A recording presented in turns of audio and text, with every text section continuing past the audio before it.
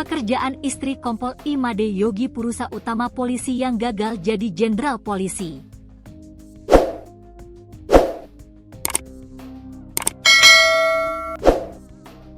Kompol Imade Yogi Purusa utama, tersangka kasus kematian tragis Brigadir Nur Hadi. Istri sah Kompol Yogi, Niwayan dikenal sebagai wanita karir. Ia sukses menjalankan bisnis perhiasan, namun sang suami justru berpaling ke wanita lain saat party di villa. Pekerjaan Niwayan Parkiani beda jauh dengan Misri Puspita, perempuan menemani Kompol Yogi di villa saat Brigadir Nur Hadi tewas. Peristiwa itu terjadi Gili Trawangan, Nusa Tenggara Barat, NTB, pada 16 April 2025 lalu. Kasus kematian Brigadir Nur Hadi turut menyeret Kompol Yogi sebagai tersangka.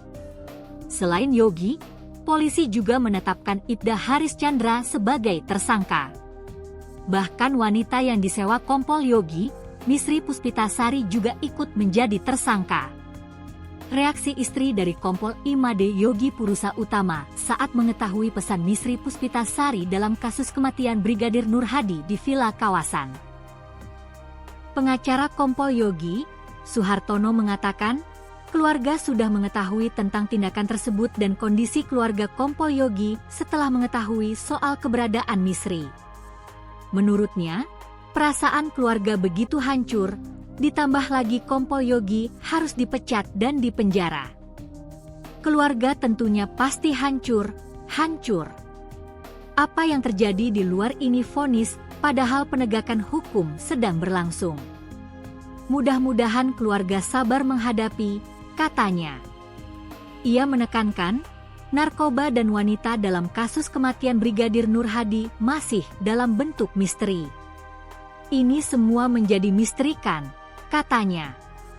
Suhartono juga bercerita tentang reaksi istri ketika mengetahui Kompol Yogi bersama Misri sampai mengonsumsi narkoba. Menurutnya, sang istri hanya bisa menangis. Hanya air mata yang keluar. Ketika hanya air mata yang keluar tentu melebihi kata-kata mungkin ya, kata Suhartono. Ia menekankan untuk menaruh empati pada semua keluarga dalam kasus kematian Brigadir Nur Hadi. Kita harus berempati ya. Apalagi keluarga korban, katanya.